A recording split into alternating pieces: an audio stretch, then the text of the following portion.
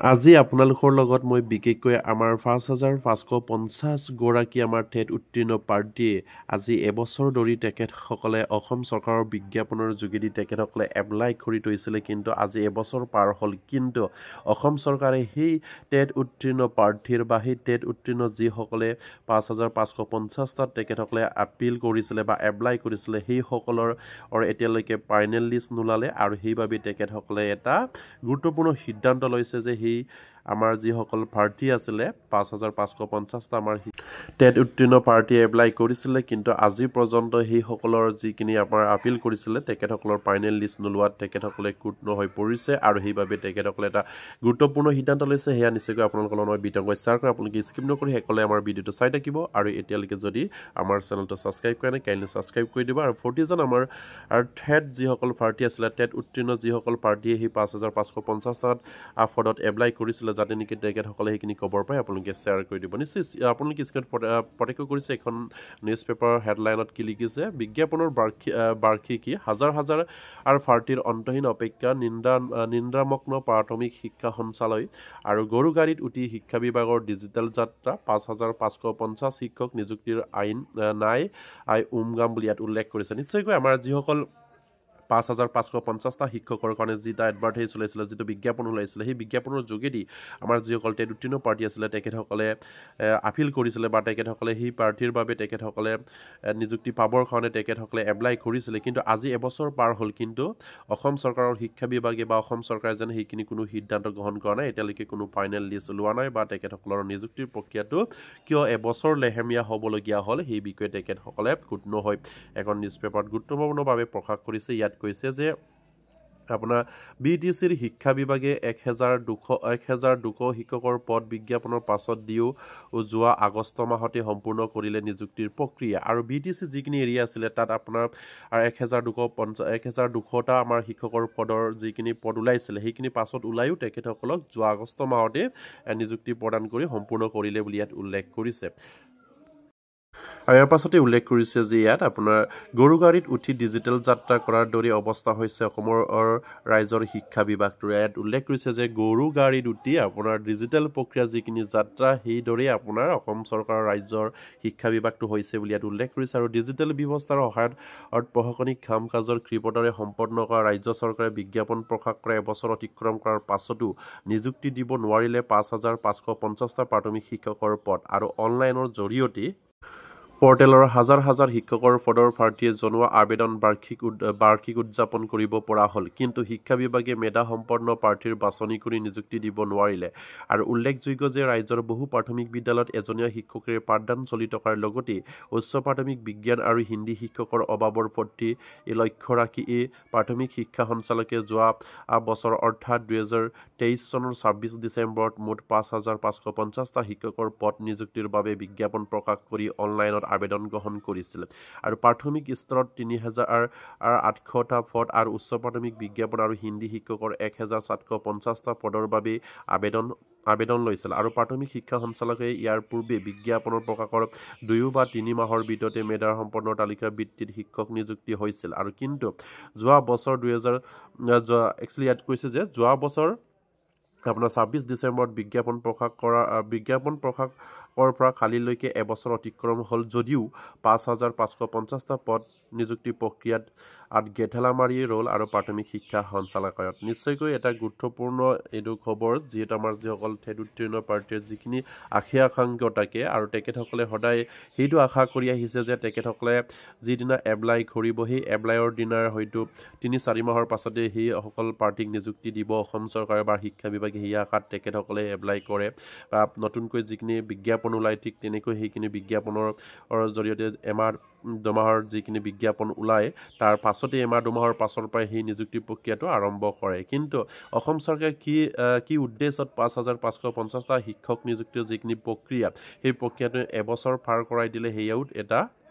গুৰুত্বপূৰ্ণ বিষয় হৈ পৰিছে আমাৰ আজিৰ ডিজিটেল যুগত অসম চৰকাৰৰ যিখিনি সিদ্ধান্তত। সেইকাৰণে আমাৰ সেইসকল টেট উত্তীৰ্ণ প্ৰাৰ্থীয়ে আজি ক'বলৈ বাধ্য হৈছে যে গৰু গাড়ীত উঠি আমাৰ ৰাজ্য বিভাগৰ শিক্ষা বিভাগটো ডিজিটেল প্ৰক্ৰিয়াৰে আগবাঢ়িছে বুলি ইয়াত উল্লেখ কৰিছে। আৰু সেয়া খুবেই এটা তেখেতসকলৰ কাৰণে চিন্তনীয় বিষয়, কাৰণ তেখেতসকলে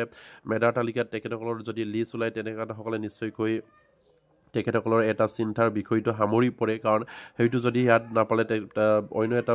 বিষয়ত তেখেতসকলে গুৰুত্ব সহকাৰে তেখেতসকলে মনোযোগ দি অন্য এটা বিষয়ত বা অন্য এটা বিভাগত তেখেতসকলে হয়তো সেই প্ৰক্ৰিয়া বা সেই নিযুক্তি প্ৰক্ৰিয়া পাবৰ কাৰণে তেখেতসকলে চেষ্টা কৰিব পাৰে কিন্তু অসম চৰকাৰৰ শিক্ষা বিভাগত সেইসকল প্ৰাৰ্থী এপ্লাই কৰি আজি তেখেতসকলে নিশ্চিত হ'ব পৰা নাই যে কাৰ নাম ওলাব কাৰ কি হ'ব কিন্তু অসম চৰকাৰে এবছৰ পাৰ কৰাই দিলে ৫,৫৫০টা পদত যিসকল আমাৰ টেট উত্তীৰ্ণ পাৰ্টীয়ে এপ্লাই কৰিছিলে সেইসকলক নিশ্চয়কৈ মেধা তালিকাটো অতি সোনকালে অসম চৰকাৰে পাব্লিছ কৰিব লাগিছিলে কিন্তু আজি বাৰ্ষিক উদযাপন কৰিব পৰাকৈ তেখেতসকলক সেইখিনি মানে পিছুৱাই লৈ গ'ল বুলি ইয়াত উল্লেখ কৰিছে আৰু ইয়াৰ পাছতে তেখেতসকলে ইয়াত কৈছে যে উল্লেখযোগ্য যে প্ৰাথমিক শিক্ষা সঞ্চালকৰ শিক্ষক নিযুক্তিৰ বাবে প্ৰকাশ কৰা বিজ্ঞাপনটো বহু পিছত BTC-ৰ ১,২০০ শিক্ষকৰ পদ নিযুক্তিৰ বিজ্ঞাপন প্ৰকাশ কৰিছিল আৰু BTC-য়ে প্ৰকাশ কৰা বিজ্ঞাপনৰ জৰিয়তে লাভ কৰাৰ আবেদনৰ ভিত্তিত মেধাসম্পন্ন প্ৰাৰ্থীৰ বাছনি কৰি যোৱা আগষ্ট মাহত নিযুক্তি সম্পূৰ্ণ কৰিলে অথচ প্ৰাথমিক শিক্ষা সঞ্চালকে এবছৰ ওলমাই ৰাখি ৫,৫৫০টা পদৰ বাবে আবেদন জনোৱা হাজাৰ হাজাৰ শিক্ষিত আমাৰ নিবনুৱাৰ মনত হতাশা নমাই আনিছে আৰু উল্লেখযোগ্য যে ৰাজ্যৰ চৰকাৰে শিক্ষক নিযুক্তিৰ ক্ষেত্ৰত নতুন নিয়ম প্ৰৱৰ্তন কৰিছে আৰু সেই নিয়ম অনুসৰি শিক্ষক নিযুক্তিৰ ক্ষেত্ৰত NCCৰ প্ৰমাণপত্ৰ টকা আৰু ৰাষ্ট্ৰীয় পৰ্যায়ৰ সাংস্কৃতিক কাৰ্যসূচীত ক্ৰীড়াৰ অংশগ্ৰহণ কৰাৰ বাবে অতিৰিক্ত নম্বৰ প্ৰাৰ্থীয়ে লাভ কৰিব আৰু প্ৰাৰ্থীসকলৰ এই অতিৰিক্ত আৰ্হতা সম্পন্ন পৰীক্ষণ যোৱা 6 ছেপ্টেম্বৰৰ পৰা 25 ছেপ্টেম্বৰৰ ভিতৰত সম্পন্ন কৰা হ'ল আৰু নিযুক্তিৰে শিক্ষকৰ অভাৱ দূৰ কৰিবলৈ প্ৰাথমিক শিক্ষা সঞ্চালকে বিজ্ঞাপন প্ৰকাশ কৰাৰ এটা বছৰ অতিক্ৰম কৰাৰ আগতেই শিক্ষামন্ত্ৰী আৰু মুখ্যমন্ত্ৰীৰ নিযুক্তিৰ কোনো সুনিৰ্দিষ্ট সময়কটা উল্লেখ নকৰি হাজাৰ হাজাৰ শিক্ষক প্ৰাৰ্থীৰ মনলৈ হতাশা আনিছে আৰু বদলিৰ নিযুক্তি পথ আৰম্ভ কৰি শিক্ষানুষ্ঠান চৰকাৰী কাৰ্যালয়ৰ উপস্থিতিত আদি সকলোকেই বিষয়ত ডিজিটেল অৱস্থাৰ প্ৰশাসনৰ ৰাজ্য চৰকাৰে গতিশীল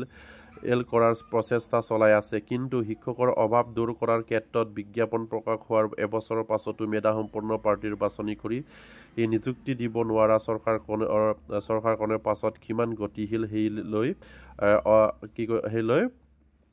ফখৰ অৱতাৰণা হৈছে নিশ্চয়কৈ এটা গুৰুত্বপূৰ্ণ বিষয় লৈ আমাৰ আজিৰ নিউজ পেপাৰখনত পাব্লিছ হৈছে যিহেতু হাজাৰ হাজাৰ আমাৰ টেট উত্তীৰ্ণ প্ৰাৰ্থী বা হাজাৰ হাজাৰ নিবনুৱাই ৫,৫৫০টা পদত তেখেতসকলৰ নিযুক্তি হয় নেকি সেই আকাৰত তেখেতসকলে আবেদন কৰিছিলে কিন্তু আবেদন কৰাৰ আজি এবছৰৰ পাছতো তেখেতসকলৰ কোনো ফাইনেল লিষ্ট নোলোৱাত তেখেতসকলৰ চিন্তনীয় হৈ পৰিছে আৰু ইয়াত এটা গুৰুত্বপূৰ্ণ পইণ্ট তেখেতসকলে উল্লেখ কৰিছে যে যিহেতু আমাৰ BTCR এৰিয়াত 1,250টা শিক্ষকৰ পদৰ বাবে যিখিনি আবেদন প্ৰক্ৰিয়া আমাৰ সেই ৫,৫৫০টা আবেদন প্ৰক্ৰিয়াৰ পাছতে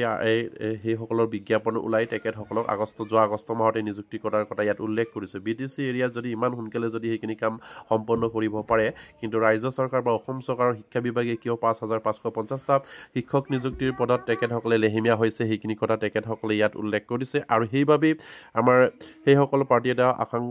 তেখেতসকলৰ চিন্তনীয় হৈ পৰিছে যিহেতু অসম চৰকাৰে কেতিয়া সেইসকলক নিযুক্তি প্ৰক্ৰিয়া আৰম্ভ কৰিব বা তেখেতসকলৰ ফাইনেল লিষ্ট কেতিয়া ওলাব সেই আশাত তেখেতসকলে জৰ্জৰিত হৈ আছে যিহেতু তেখেতসকলৰ প্ৰতিগৰাকী তেখেতসকলে এজন শিক্ষিত নিবনুৱা সেইবাবে তেখেতসকলে সেইখিনি আবেদন কৰিছিলে কিন্তু অসম চৰকাৰে সেইখিনিক হয়তো লেহেমীয়া কৰাৰ কাৰণে তেখেতসকলৰ বহুতো অসুবিধা হৈ পৰিছে কাৰণ এটা বিজ্ঞাপনৰ যোগেদি তেখেতসকলে নিযুক্তি পাবৰ কাৰণে যিটো প্ৰচেছত তেখেতসকলে সোমাই আছে হয়তো সকলোৰে বাবে তাত আমাৰ নাম ওলাব নেকি বা মোৰ নামেই ওলাব নেকি কাৰোবাৰ নামেই ওলাব নেকি সেইখিনি চিন্তা হৈ পৰে আৰু সেইবাবে তেখেতসকলে সেইটো ক'ব বিচাৰিছে যে অসম চৰকাৰক অতি সোনকালে ৫,৫৫০টা পদৰ যিখিনি বিজ্ঞাপন অসম চৰকাৰে শিক্ষক নিযুক্তিৰ প্ৰক্ৰিয়াৰ বাবে মানে আৰম্ভ কৰিছিলে বা পাব্লিছ কৰিছিলে সেই বাছনিৰ তালিকাটো অতি সোনকালে প্ৰকাশ কৰিব লাগে আৰু তেখেতসকলৰ যিখিনি চিন্তাৰ সময়খিনি দূৰ কৰিব লাগে বুলি তেখেতসকলে উল্লেখ কৰিছে নিশ্চয়কৈ তাত যদি নাপালে অন্য এটা বিভাগত বা অন্য এটা বিজ্ঞাপনত তেখেতসকলে লাগিব বা অন্য এটাত হয়তো কোনোবা এটা বিভাগত হয়তো নিযুক্তি পাবৰ কাৰণে তেখেতসকলে চেষ্টা কৰিব লাগিব সেইবাবে তেখেতসকলৰ চিন্তা হৈ পৰে কাৰণ তাতো এপ্লাই কৰি থৈছিলোঁ তাত নাম আহিবনে নাহে আৰু সেই কথা প্ৰতিকৰে হয় আৰু সেইবাবে যদি সকলোবিলাক যদি কামবিলাক যদি অকণমান সোনকালে হৈ যায় তেনেহ'লে নিশ্চয়কৈ আমাৰ সেইসকল নিবনুৱাৰ বাবে খুবেই এটা ভাল হয় কাৰণ তেখেতসকলে যদি ঠাত নাপায় অন্য এটা বিভাগত পাবৰ কাৰণে তেখেতসকলে চেষ্টা অব্যাহত ৰাখে আৰু সেয়া তেখেতসকলৰ কাৰণে খুবেই এটা গুৰুত্বপূৰ্ণ আৰু সেইকাৰণে অসম চৰকাৰৰ শিক্ষা বিভাগক বিশেষকৈ তেখেতসকলে অনুৰোধ কৰিছে বা তেখেতসকলে আহ্বান জনাইছে যে অতি সোনকালে সেইসকল মানে পাৰ্টিৰ 5,550টা শিক্ষকৰ পদৰ যিখিনি নিযুক্তি প্ৰক্ৰিয়াৰ ফাইনেল লিষ্ট অতি সোনকালে পাব্লিছ কৰিব লাগে তেখেতসকলক নিযুক্তি প্ৰদান কৰিব লাগে বুলি তেখেতসকলে দাবী উত্থাপন কৰিছে আৰু সেয়ে প্ৰতিগৰাকী আমাৰ যিসকল টেট উত্তীৰ্ণ প্ৰাৰ্থীয়ে 5,550টা শিক্ষকৰ পদত আপিল কৰিছিলে তেখেতসকলে যাতে নেকি এইখিনি খবৰ পায় আপোনালোকে শ্বেয়াৰ কৰি দিব আৰু এতিয়ালৈকে যদি আমাৰ চেনেলটো ছাবস্ক্ৰাইব কৰা নাই কাইণ্ডলি ছাবস্ক্ৰাইব কৰি দিব